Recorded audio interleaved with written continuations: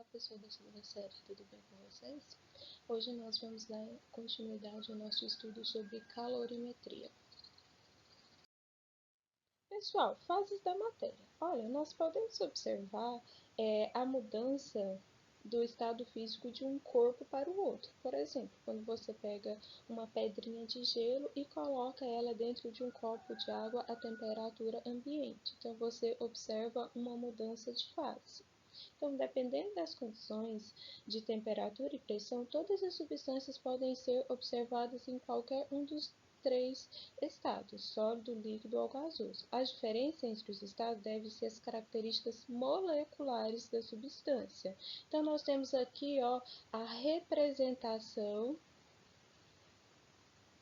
da distância entre as moléculas. Então, no estado sólido, os constituintes estão muito próximos uns dos outros e as forças elétricas de grande intensidade atuam entre elas, diferentemente do que ocorre no estado líquido e gasoso. Então, no estado sólido, eu tenho as moléculas, como vocês podem observar, bem próximas umas das outras.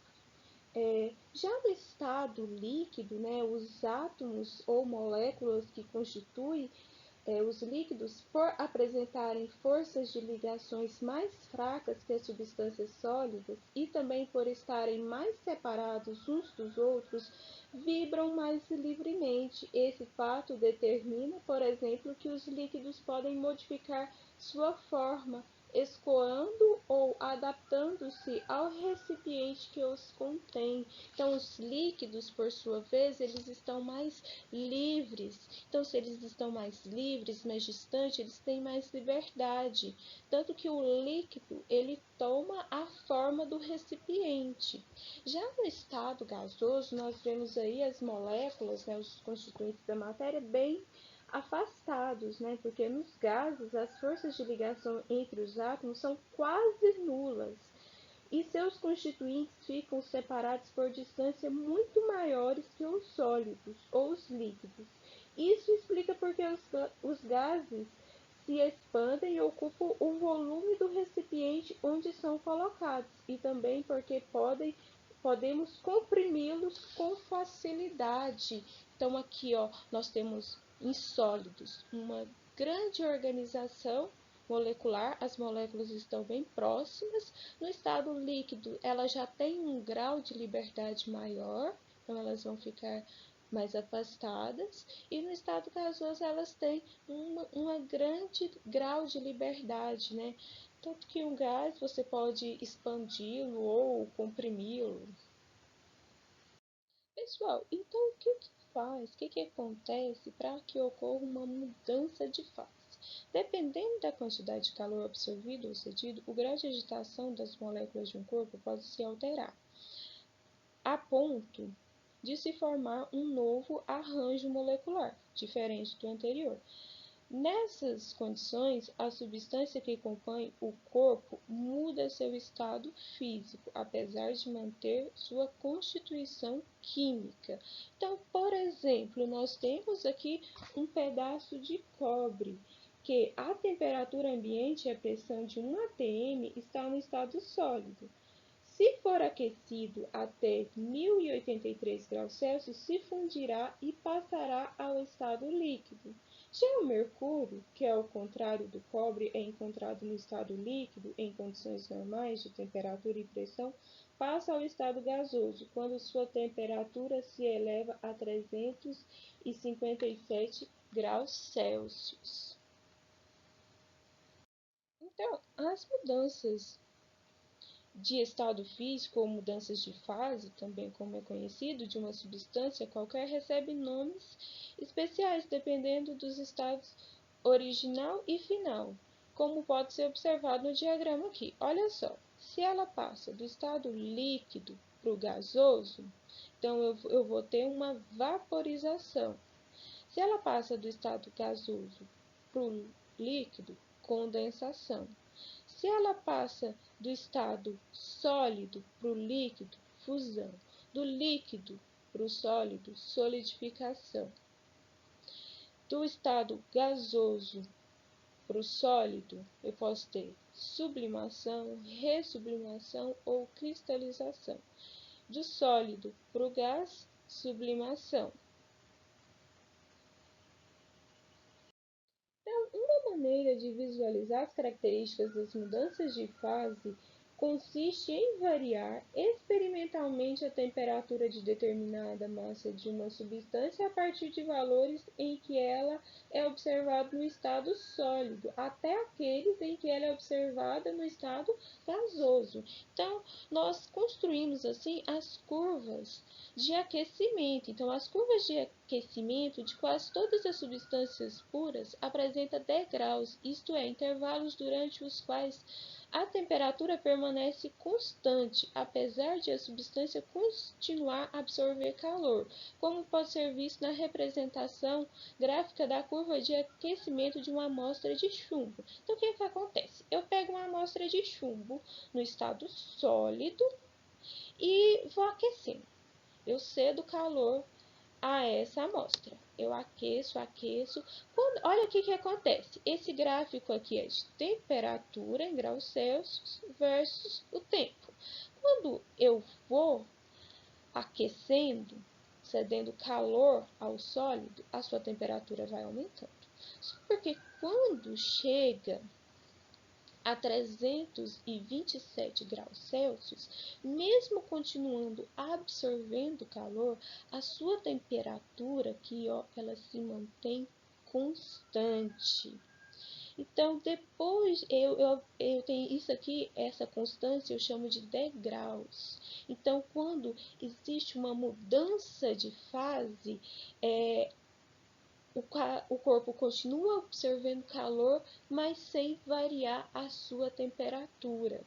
Então, aí até que ele passa para o estado líquido.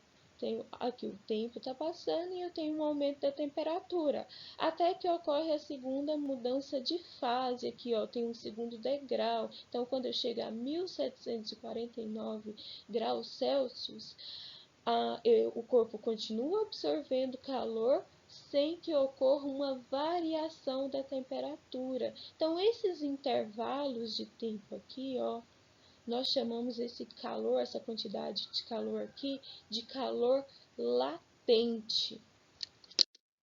Então, nós temos três leis aqui das mudanças de fase. Então, as mudanças de estado de uma substância pura ocorrem a temperaturas bem definidas, de maneira que cada substância pura corresponde a uma temperatura específica. Dessa forma, assim como o calor específico, a temperatura de mudança de fase é uma característica da substância. Então, para substâncias puras, nós temos temperaturas bem definidas para essas mudanças de fase. A segunda lei: durante as mudanças de fase, a temperatura da substância pura permanece constante, então é aqueles degraus. Você cede calor ao corpo, o corpo ele recebe calor até que chega quando ele vai mudar de fase, ele vai mudar de estado físico, então ele continua absorvendo calor sem que sua temperatura varie. Então, e a terceira? Para realizar uma mudança de estado, cada substância deve absorver ou ceder uma quantidade determinada de calor, correspondente à mudança de estado.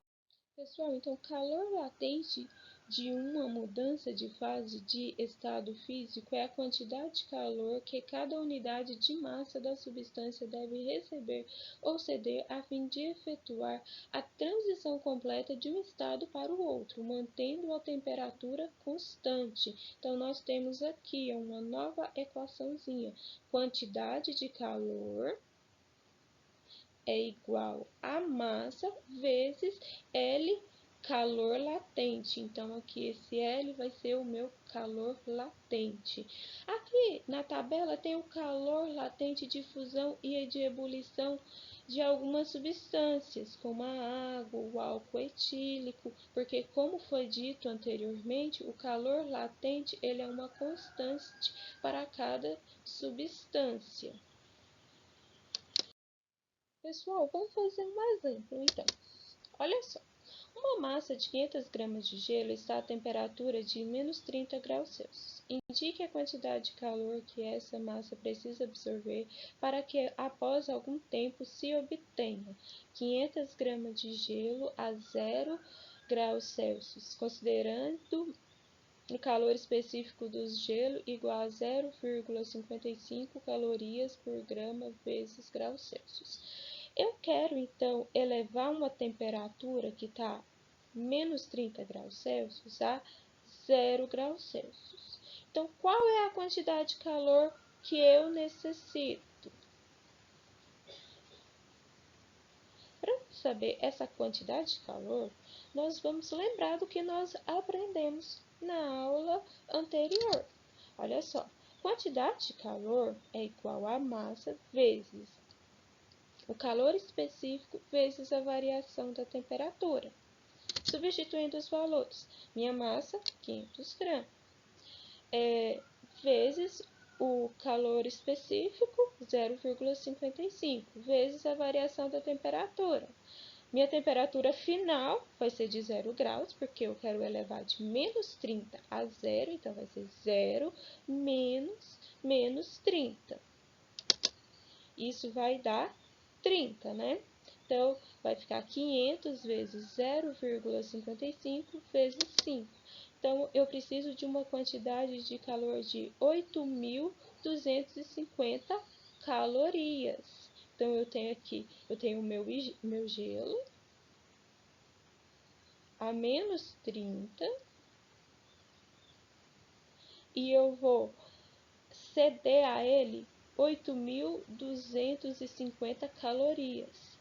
Então, aí eu terei o meu gelo a 0 graus Celsius, certo? Olha só, letra B. 250 gramas de gelo a 0 graus Celsius e 250 gramas de água a 0 graus Celsius. Calor latente de fusão da água é 80 calorias por grama. Então, olha só, o estado inicial que ele me deu foi a temperatura é menos 30 graus Celsius e eu tenho 500 gramas. Agora, ele quer que dessas 500 gramas, 250 seja gelo a 0 graus Celsius e que 250 água a 0 graus Celsius. Então, eu sei que de menos 30, para elevar de menos 30 a 0, eu vou precisar, né, de 8.250 calorias. Então, além das 8.250 calorias calculadas no item anterior, será necessário fornecer outra quantidade de calor para que esses 250 gramas de gelo se fundam.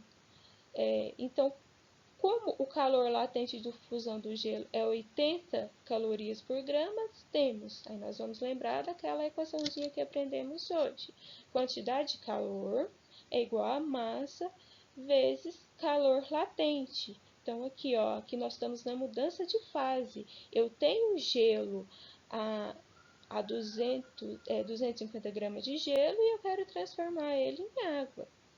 Substituindo os valores, 250 vezes 80, então 20.000 calorias. Então, nessa situação, eu vou precisar de 8.250 calorias para elevar a temperatura de menos 30 a 0 graus Celsius e de mais 20.000 calorias para que 250 gramas desse gelo se transforme em água. Então, para ter minha resposta final da quantidade de calor, eu vou somar o calor sensível mais o calor latente. Isso vai me dar 28.250. Pessoal, então letra C, 500 gramas de água a 20 graus Celsius, considerando, né, o calor específico da água igual a 1 caloria por grama vezes graus Celsius. Então, você vai lembrar lá do estado inicial. Primeiro estava eu tinha um gelo a menos 30 graus Celsius.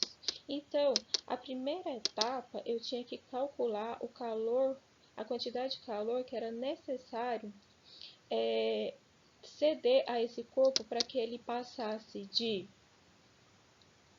menos 30 a 0 graus Celsius.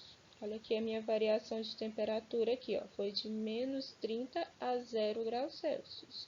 Então, nós temos que a quantidade de calor foi 8.250 calorias.